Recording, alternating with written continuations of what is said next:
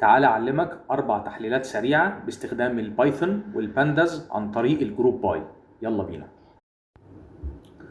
أول حاجة طبعا بنجهز جدول بيانات فيه مبيعات وموظفين وتقييمات وتواريخ ومنتجات موجودة للبرانشات بتاعتنا.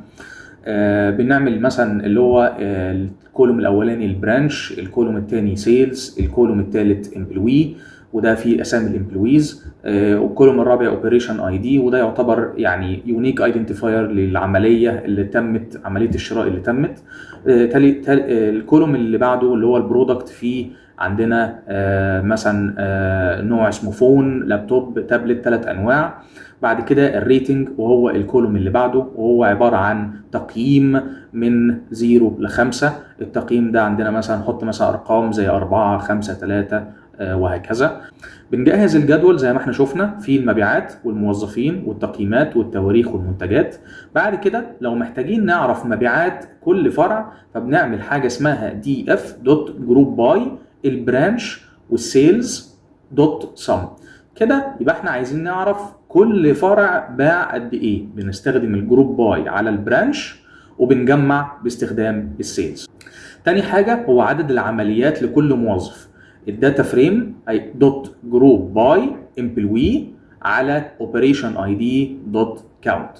هنا لو عايز تعرف مين الموظف النشيط عن طريق السطر دوت بنعد عدد العمليات لكل موظف باستخدام الكاونت بتاعك على الكولوم اللي اسمه اوبريشن اي دي. حاجه وهي المتوسط او تقييم كل منتج، متوسط تقييم كل منتج.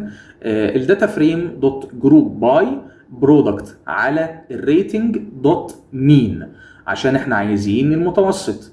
هنا بنحلل عن طريق بنقول متوسط تقييم كل منتج باستخدام المين. كده يبقى احنا معانا المتوسط الحسابي للتقييم لكل منتج موجود زي مثلا اللابتوب، الفونز والتابلتس. رابع حاجه وهي عدد الطلبات في كل يوم، فبنعمل داتا فريم دوت جروب باي ديت على اوردر اي دي دوت كاونت.